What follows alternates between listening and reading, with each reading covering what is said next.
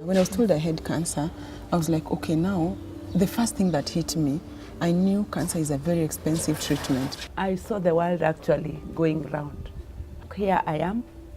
I've been diagnosed with breast cancer. At the same time, they've given me a letter of termination. I felt bitter that I was going to die and I was going to leave my children when they were still young. I didn't sleep. I was really in panic.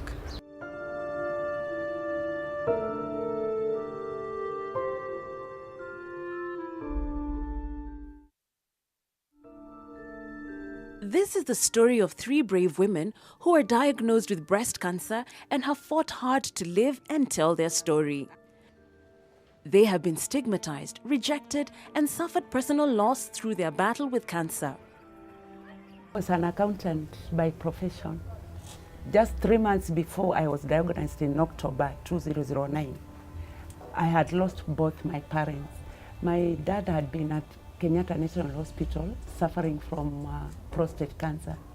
But the doctor had not told us. But we used to go and see him. He was in pain. He had been tied his legs and hands on the bed. But the fact that the doctor didn't tell us in advance, it left me with bitterness.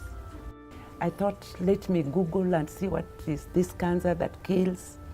Little did I know I was preparing for myself.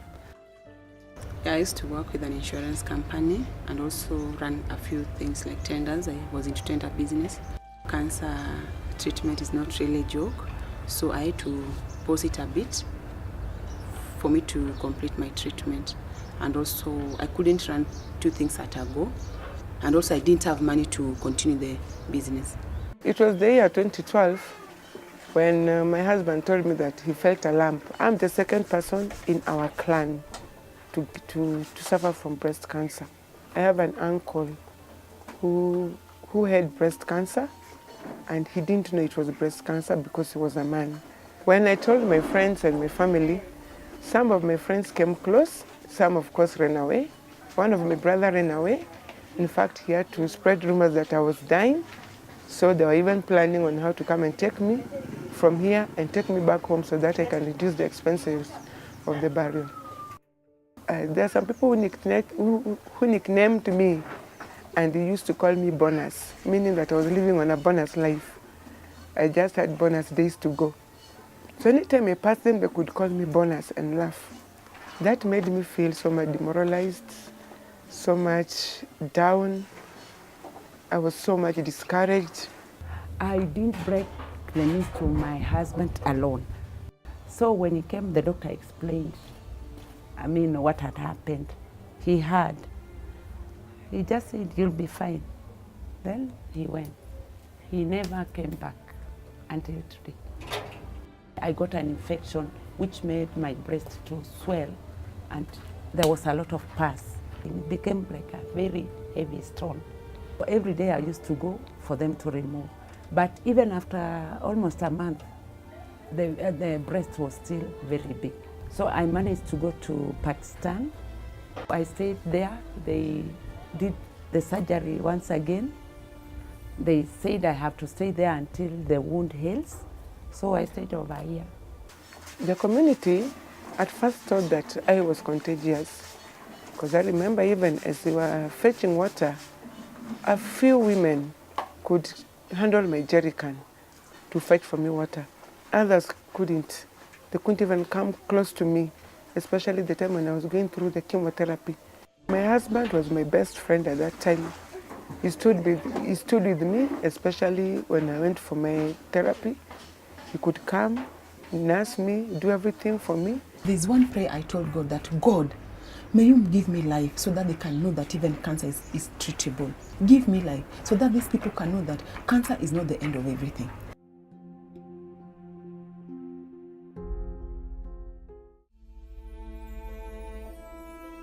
That has been the mantra for Jennifer, Mary, and Selasa, that the public may be educated about cancer and demystify all the existing myths and misconceptions.